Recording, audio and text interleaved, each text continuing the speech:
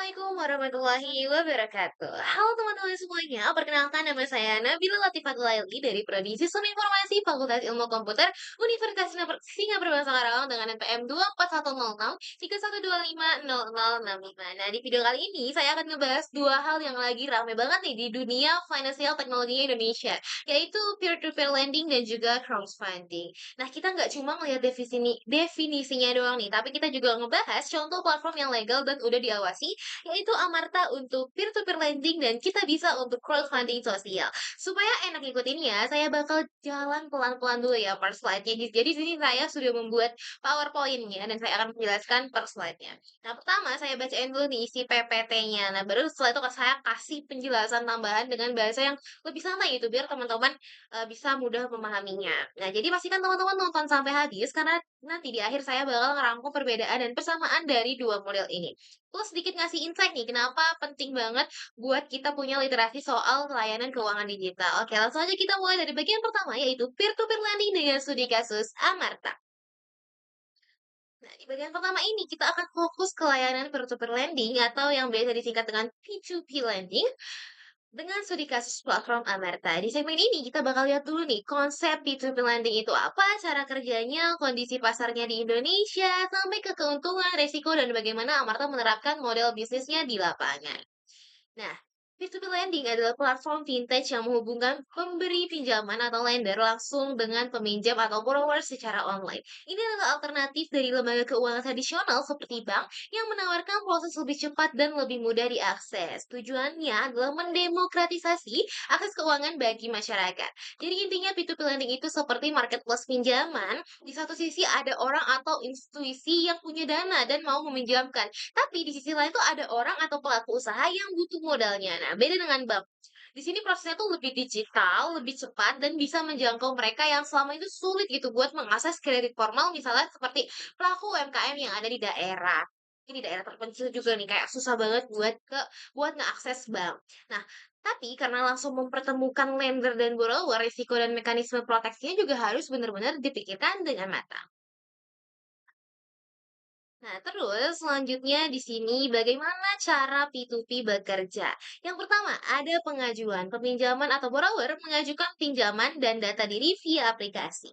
Yang kedua, ada analisis, yang dimana platform P2P melakukan credit scoring dan analisis resiko. Lalu yang ketiga, ada pendanaan, di mana pendana atau lender memilih pinjaman untuk didanai di marketplace. Yang keempat, itu ada pencairan di mana dana disalurkan ke peminjam yang kemudian membayar cicilan gitu. Nah, alurnya tuh kurang lebih kayak gini. Pertama, calon meminjam daftar di aplikasi dan mengajukan pinjaman, mereka tuh rutin gitu buat masukin data pribadi, informasi usaha, dan kebutuhan dananya. Kedua, platform melakukan analisis, biasanya itu pakai kombinasi data tradisional dan data alternatif untuk menilai kelayakan kredit. Ketiga, kalau misalkan sudah lolos, profil pinjaman ini muncul di marketplace sehingga para lender bisa memilih mau didanai yang mana. Nah, keempat dan yang terakhir, setelah terkumpul dana dicairkan ke peminjam, dan selanjutnya peminjam mengembalikan pinjaman dalam bentuk cicilan plus bunga sesuai perjanjian. Nah, di sini ada pasar P2P di Indonesia. Pasar P2P di Indonesia ini tuh cukup banyak ya, ada 50 plus triliun outstanding pinjaman gitu. Nah, pertumbuhannya pesat banget. Pasar P2P di Indonesia itu tumbuh secara eksponensial dengan puluhan triliun rupiah outstanding pinjaman per tahun. Diawasi oleh OJK, industri ini menjadi pilar penting dalam inklusi keuangan terutama bagi UMKM dan individu yang sebelumnya itu unbanked. Nah, angka rupiah 50 triliun lebih ini tuh menunjukkan seberapa besar peran P2P lending dalam ekosistem keuangan di Indonesia. Dengan pengawasan dari Otoritas Jasa Keuangan atau OJK, P2P lending ini bukan lagi pemain pinggiran, tapi sudah jadi salah satu pilar untuk mendorong inklusi keuangan, khususnya buat UMKM dan masyarakat yang sebelumnya tidak tersentuh layanan perbankan. Nah, P2P lending ini tuh membuka akses baru terhadap modal yang lebih fleksibel. Nah, selanjutnya kita masuk ke analisis keuntungan dan resiko nih. Nah, keuntungannya yang pertama itu ada akses pendanaan yang lebih cepat dan mudah, terus ada imbal hasil bunga yang menarik bagi pendana, mendorong inklusi keuangan bagi UMKM dan juga proses yang 100% digital dan efisien. Nah, di sini juga ada resikonya. Yang pertama itu resiko kredit atau gagal bayar NPL. Terus juga ada perlindungan data pribadi dan keamanan siber. Terus ada resiko platform P2P ilegal yang merugikan. Terus ada juga literasi keuangan masyarakat yang masih masih perlu ditingkatkan. Nah, di sini kelihatan jelas kalau P2P lending itu punya dua sisi mata uang. Dari sisi positif, peminjam bisa dapat akses dan lebih cepat, lender bisa dapat imbal hasil yang menaik dan semuanya tuh serba digital. Tapi di sisi lain, ada risiko gagal bayar, isu keamanan data, sampai maraknya platform ilegal yang nggak terdaftar di OJK. Makanya, baik peminjam ataupun pendana harus paham risiko, baca syarat, dan ketentuan, dan cuma pakai platform yang resmi. Terus kita masuk nih sekarang ke studi kasus menghubungkan modal kota dengan usaha mikro di desa. Nah, saat ini tuh jadi jembatan gitu ke studi kasus kita yaitu Amarta. Nah, Amarta ini menarik karena dia memposisikan diri sebagai penghubung antar modal yang banyak terkonsentrasi di kota dengan pengusaha mikro, khususnya ibu-ibu yang ada di desa. Nah, jadi bukan cuma soal pinjam meminjam, tapi juga tentang pemerataan kesempatan ekonomi. Nah, sekarang kita masuk ke profilnya si Amarta. Apa sih itu Amarta? Nah, Amarta adalah perusahaan finansial teknologi P2P lending yang berfokus pada pemberdayaan perempuan pengusaha mikro di pedesaan. Amarta menyediakan akses modal usaha yang adil dan terjangkau sekaligus memberikan pendampingan literasi keuangan dan usaha secara rutin. Nah, Amarta ini bisa dibilang beda dari P2P lending yang targetnya kelas menengah di kota. Nah, mereka tuh benar-benar menyasar perempuan pengusaha mikro di desa yang mungkin sebelumnya itu tidak punya rekening bank atau jaminan kredit. Nah, modelnya itu tuh bukan sekedar kasih uang, tapi juga ada pendampingan supaya usaha yang dibiayai ini bisa berkembang dan peminjam tuh mampu mengembalikan pinjamannya secara sehat dan tepat waktu. Nah, selanjutnya kita bakal masuk ke model bisnis uniknya si Amarta ini nih. Jadi ada yang namanya model sistem tanggung renteng. Nah, di mana sistem itu mengadopsi sistem majelis atau kelompok. Jika salah satu anggota kesulitan, anggota lain itu bisa membantu dan institusi itu sangat efektif menekan resiko gagal bayar atau NPL. Terus ada sistem fokus perempuan desa yang menargetkan segmen micro entrepreneur perempuan di desa yang kerap belum bankable atau unbanked untuk memberikan dampak sosial yang nyata. Terus yang terakhir itu menerapkan sistem pendampingan usaha yang dimana petugas lapangan atau business partner memberikan pendampingan mingguan yang bukan hanya menyalurkan dana, tapi juga membangun kapasitas usaha. Nah, tiga poin ini adalah kunci kenapa model Amarta ini tuh cukup unik gitu. Pertama, tanggung renteng. Peminjam dikelompokkan dalam majelis, kalau ada satu yang kesulitan, kelompok ikut bertanggung jawab. Nah, ini tuh menciptakan tekanan sosial positif yang saling dukung untuk menjaga kualitas pembayaran. Kedua, fokusnya tuh ke perempuan desa gitu. Karena riset banyak menunjukkan bahwa ketika perempuan diberdayakan secara ekonomi, efeknya ke keluarga dan komunitas itu tuh jauh lebih besar. Nah, terus ketiga dan yang terakhir ini ada business partner di lapangan yang rutin ketemu sama anggotanya. Jadi bukan hanya nagih cicilan, tapi juga membantu mereka untuk mengelola usaha dan keuangan. Terus di sini juga ada dampak dan jangkauan dari si Amarta ini. Ini gambaran ilustratifnya nih. Jadi total mitra, aduh kepotong nggak ya ini videonya? Oh enggak. Nah, selanjutnya kita masuk ke dampak dan jangkauan Amarta nih dalam sisi ilustratifnya ya. Jadi total mitra yang diberdayakan itu tuh ada sekitar 1,5 juta lebih mitra dan total dana yang disalurkannya itu ada sekitar 10 lebih triliunan rupiah lah. Nah, terus NPL atau gagal bayarnya itu tingkatnya tuh sangat rendah. Nah, model bisnis Amarta ini terbukti tidak hanya berdampak sosial, tetapi juga sehat secara finansial dengan menjaga NPL tetap rendah. Nah, dari sisi angka, kita bisa lihat nih, skala Amarta ini tuh udah nasional, dengan lebih dari 1,5 juta mitra perempuan dan penyaluran dana di angka 10 triliun rupiah.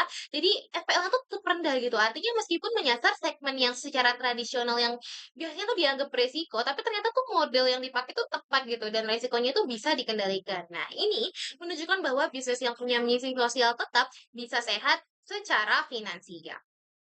Selanjutnya kita masuk ke teknologi mitigasi resiko Amarta.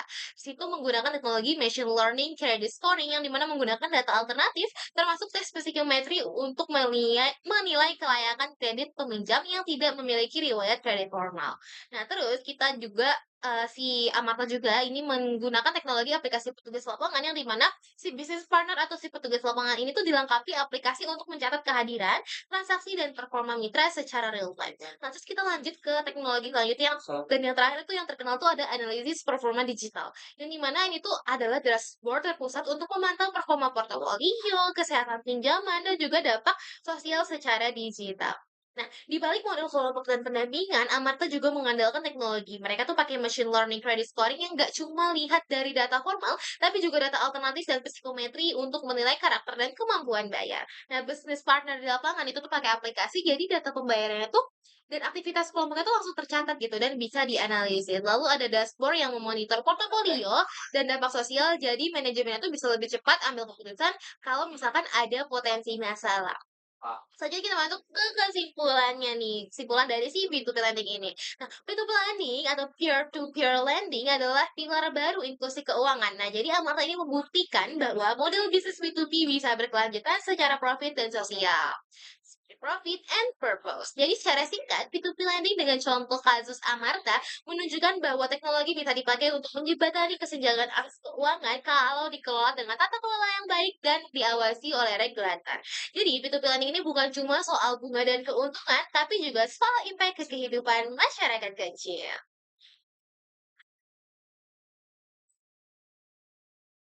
Oke, jadi itu bagian pertama tentang P2P lending dan studi kasus Amarta. Tapi videonya belum selesai teman-teman, karena kita masih punya satu bagian lagi, yaitu analisis service crowdfunding dengan studi kasus kita bisa. Oke, kita langsung aja masuk ke bagian kedua. Nah, kita udah mulai masuk ke pembahasan crowdfunding nih. Jadi, sekarang di sini kita bakal lihat dulu konsep crowdfunding secara umum seperti jenis-jenis modelnya, lalu kita akan zoom in ke salah satu platform terbesar di Indonesia, yaitu Kitabisa. Nah, pertama-tama kita harus tahu dulu nih, apa sih itu crowdfunding? Nah, crowdfunding atau urun dana adalah praktik pendanaan sebuah proyek atau usaha dengan mengumpulkan sejumlah kecil uang dari sejumlah besar orang, biasanya tuh melalui internet. Kalau misalkan teman-teman sering lihat akun donasi di Instagram itu biasanya menggunakan Kitabisa. Nah, tujuannya untuk menghubungkan pemilik ide atau proyek atau kreator langsung dengan pendukung atau backers tanpa perantara tradisional. Nah, kuncinya ini tuh adalah transparansi, jangkauan yang luas karena dia tuh menggunakan digitalisasi dan juga kekuatan komunitas. Nah, secara sederhana, crowdfunding itu tuh adalah patungan online. Nah, banyak orang menyumbang dalam jumlah kecil, tapi kalau digabung tuh hasilnya bisa besar dan mampu membiayai suatu proyek. Bedanya dengan P2P lending, crowdfunding ini tuh nggak terlalu berbentuk pinjaman. Jadi tergantung modelnya gitu, bisa donasi, bisa dapat hadiah, bisa juga dapat saham. Nah, tiga kata kunci yang penting adalah transparansi, jangkauan digital, dan kekuatan komunitas. Nah, selanjutnya kita akan masuk ke model utama donasi dan hadiah nih. Yang pertama ada berbasis donasi. Model pertama dari crowdfunding ini adalah berbasis donasi atau donation, yang di mana pendukung memberikan uang tanpa mengharapkan imbalan finansial. Ini itu murni untuk tujuan amal, sosial, atau medis. Nah, terus selanjutnya ini ada model berbasis hadiah atau reward. Jadi untuk mendukung pendukung tuh memberikan uang untuk mendapatkan hadiah atau produk di masa depan. Umum untuk proyek kreatif, game, atau gadget. Nah, dua model pertama ini paling sering kita dengar nih. Model donasi biasanya untuk kegiatan sosial, sementara model reward banyak dipakai untuk kreator untuk meluncurkan program baru. Nah, selanjutnya kita akan masuk ke model utama, yaitu ekuitas dan pinjaman. Nah, model utama ekuitas berbasis ekuitas atau equity itu tuh pendukung atau investor memberikan dana untuk mendapatkan bagian kepemilikan atau saham dalam sebuah perusahaan atau startup yang diawasi oleh OJK. Nah, terus ada berbasis pinjaman atau lending. Dikenal juga sebagai P2P lending, pendukung memberikan pinjaman yang harus dikembalikan ke peminjam beserta bunganya. Nah, ini juga diawasi oleh badan OJK gitu. Nah, 2 model berikutnya yang sudah masuk ke ranah investasi dan utang, nah di equity crowdfunding ini tuh orang yang ikut serta menjadi pemilik sebagian kecil perusahaan tuh potensinya bisa besar, tapi resikonya juga tinggi kalau misalkan bisnisnya gagal. Sedangkan lending based crowdfunding itu mirip dengan P2P lending yang kita bahas tadi. Hanya di sini biasanya diposisikan sebagai salah satu bentuk crowdfunding berbasis pinjaman. Selanjutnya kita masuk ke analisis keuntungan dan resiko. Keuntungannya yang pertama adalah akses modal cepat, jangkauan luas, validasi pasar, dan membangun komunitas pendukung. Resikonya itu bisa resiko gagal capai target, potensi penipuan, persaingan tinggi, dan butuh upaya pemasaran. Untuk regulasinya, perlu memperhatikan regulasi terutama untuk model ekuitas dan pinjaman yang diawasi ketat oleh Badan OJK.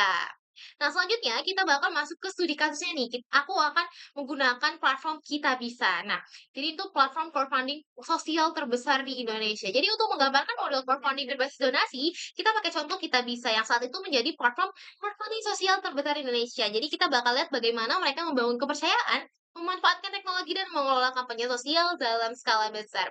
Selanjutnya kita akan mengenal aplikasi Si Kita Bisa ini. Aplikasi Kita Bisa didirikan pada 2013. Kita Bisa adalah platform crowdfunding sosial nomor satu Indonesia dengan donation based.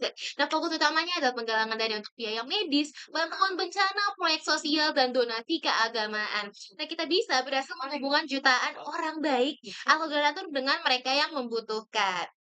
Nah, selanjutnya kita bakal masuk ke kunci sukses aplikasi Kita Bisa. Yang pertama itu ada aksesibilitas tinggi. Aplikasi mobile atau Android iOS itu sangat mudah digunakan karena user friendly banget. Dan yang kedua itu ada metode pembayaran yang lengkap. Jadi donasinya itu bisa menggunakan kris, e-wallet, dan virtual account bank. Jadi sekarang tuh apa-apa kan udah digital ya. Jadi ini benar-benar metode pembayaran itu lengkap banget. Nah, terus selanjutnya ada transparansi dan kepercayaan. Dan jadi fitur kabar terbaru atau update dari penggalang dana dan proses itu ada gitu di fitur ini. Nah, terus ada fokus emosional dan religius, kuat dalam narasi sosial, medis, dan fitur zakat sederhana, fitur zakat atau sedekah yang terintegrasi. Selanjutnya kita masuk ke tampilan aplikasi Kita Bisa. Nah, di sini tuh ada, user interface di desain yang bersih dan fokus pada cerita atau story atau background story-nya. Terus kategori yang jelas memudahkan navigasi pengguna. Terus ada proses donasi yang hanya membutuhkan beberapa klik saja dan ada fitur terintegrasi seperti donasi otomatis dan kalkulator zakat yang meningkatkan kenyamanan. Selanjutnya, kita bakal masuk ke popularitas model crowdfunding di Indonesia. Nah, popularitas model crowdfunding di Indonesia ini perkiraannya donasi sosial itu ada di 45%, pinjaman atau P2P-nya itu ada 30%, ekuitasnya itu ada di sekitar 15%, dan hadiah atau reward itu ada di sekitar 10%. Nah, model donasi itu dipopulerkan oleh Kita Bisa dan pinjaman P2P mendominasi pasar, melayani segmen yang berbeda seperti sosial versus komersial. Nah, kesimpulannya, crowdfunding telah merevolusi cara kita mendanai ide dan membantu sesama.